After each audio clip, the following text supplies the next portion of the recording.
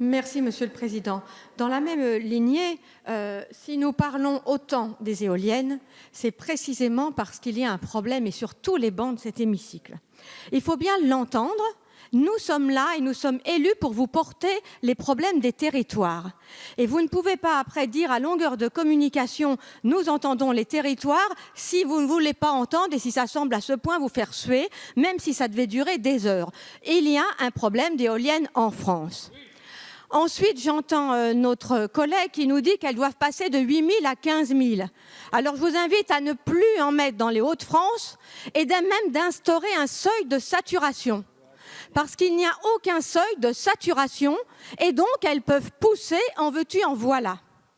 Et ça, c'est plus possible parce que vous ne pouvez pas continuer à travailler, Madame la Ministre, contre les citoyens, dans le sens où, comme vient de le dire mon précédent collègue, les conseils communautaires, les communes, les conseils municipaux se liguent. Moi, dans ma circonscription, ils font vraiment pétition et ils se liguent. Pour être contre, peut-on encore continuer à travailler contre les citoyens ? Il y a des situations, il y a des solutions alternatives.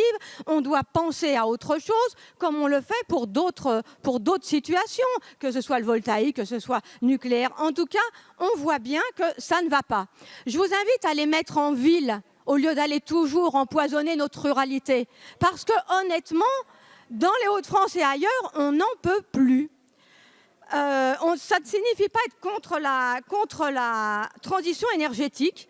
Je vous remercie pour cette écoute attentive et cette prise en compte des territoires. Si vous pouvez le faire, je vous remercie.